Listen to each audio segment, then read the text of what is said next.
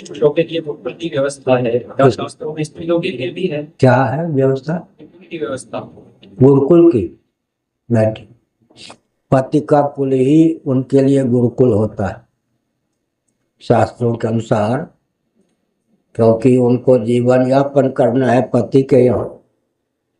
कुलाचार इत्यादि का प्रशिक्षण सनातन धर्म में जो विवाह की अवधि है उस पर विचार करें तो पति का जो कुल होता है वही गुरुकुल होता है। लेकिन इसका अर्थ नहीं कि देवियों को विद्या या शिक्षा से वंचित किया गया।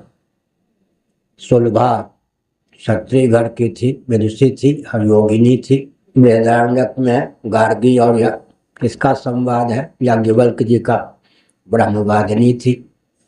आज ही मैं मुझे गुरुदेव के भक्ति रसायन ग्रंथ के अनुवाद कर रहा था।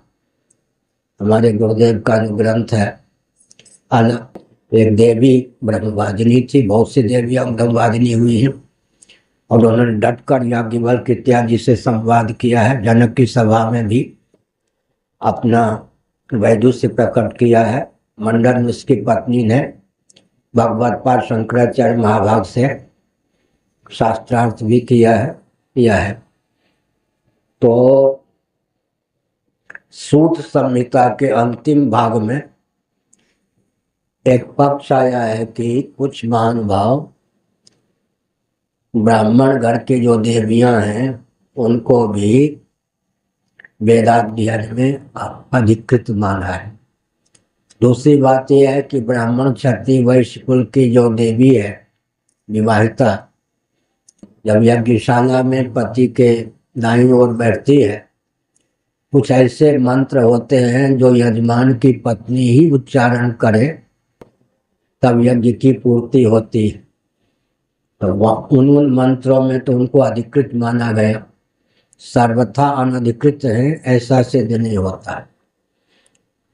यजमान की पत्नी अमुक मंत्र का उच्चारण करे श्रौत याग में, ऐसा विधान है। अगर उच्चारण के पहले उसको प्रशिक्षण प्राप्त हो मंत्रोच्चारण के तब तो कर सकती है। इसलिए जो ब्राह्मण क्षत्रिय वैश्य घर की देवियां हैं, विशेषकर ब्राह्मण घर की, उनके लिए पति का कुल ही गुरुकुल होने पर भी कला से वंचित नहीं किया गया। ठीक है, कुछ विद्या में भी अधिकृत हैं,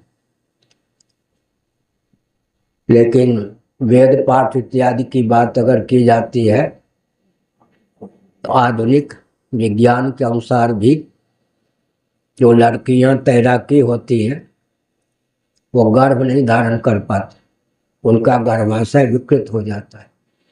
देखा देखी पुरुषों की जो लड़कियां दौड़ने लगती हैं वो आधुनिक विज्ञान के अनुसार भी उनका गर्भाशय दूषित हो जाता है।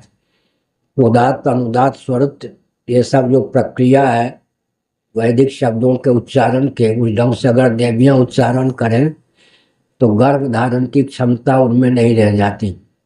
मूलाधार से भी उच्चारण होता है नहीं।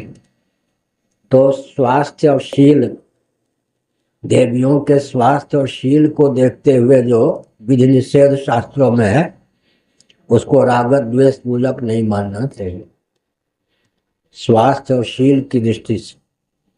अब ऐसे वेद पाठ करेंगे तो ये सब अपने आप खुल जाएगा। तो देवियों के लिए मूल चीज है कि उनके स्वास्थ्य और शील की रक्षा हो।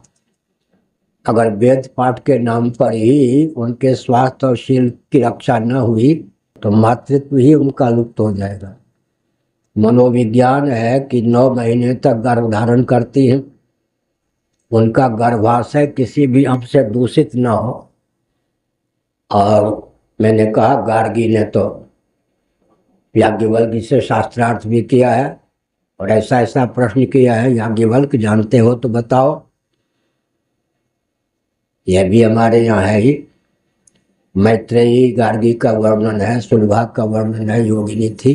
किसी को प्रगति से रोका नहीं गया। और फल चौरी सनातन धर्म में है नहीं, फल से किसी को वंचित नहीं किया गया। स्वे स्वे कर्मण यव्रता संसिद्धिम लभते नरः स्वकर्मणा तमभ्यर्च्य सिद्धिम विन्दति मानवः।